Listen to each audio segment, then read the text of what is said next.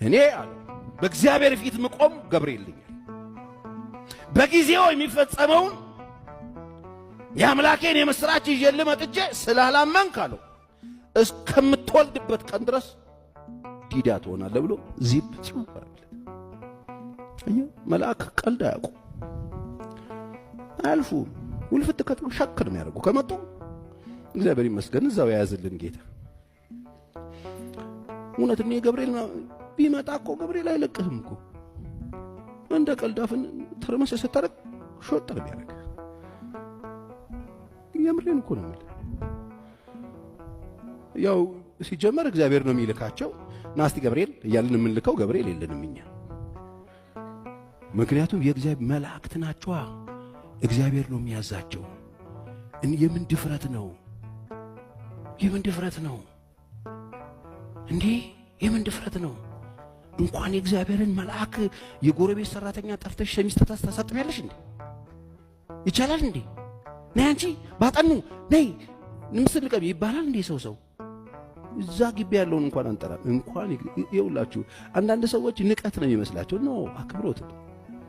መላእክትን የሚያዝ ማብቻ ነው እግዚአብሔር። አንዳንድ ፋሮች መላእክና ምናምን እንደዚህ ይባላል። ማን አንተ መላእክትን የምታዝ?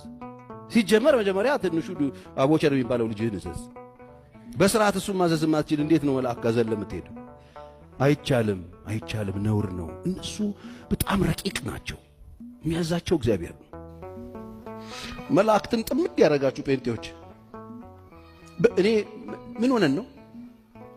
ምን አይነት በሽታ ነው የገባብን? እንዴት መላእክት እንዴት ይጠመዳል? መልአክ እንዴት ጠምደዋል? በደንብ ስማኝ። የምድር ኑሮ ተጠናቆ ሲያልቅ ሰማይ ታያቸዋል አሉ። ልመድ እዚህ ለመኖራቸው ዕውቅና ስጥ፣ ክብር ስጥ። ለምን ካልከኝ አሉ እዛ ሰማይ ምንድነው የምናየው ካልከኝ ብዙ መላእክ እናያለን። ብዙ የእግዚአብሔር መልአክ አገልጋዮች መጽሐፍ ቅዱስ 1000 ጊዜ 1000 ያገለግሉት ነበር። እልፍ አእላፍ ደግሞ ቆመው ነበር ይላል። ከዙፋኑም የእሳት ፈሳሽ ይወጣ ነበር ይላል። በአምላካቸው ፊት ለማገልገል የተሰየሙ ብዙ መላእክ አሉ።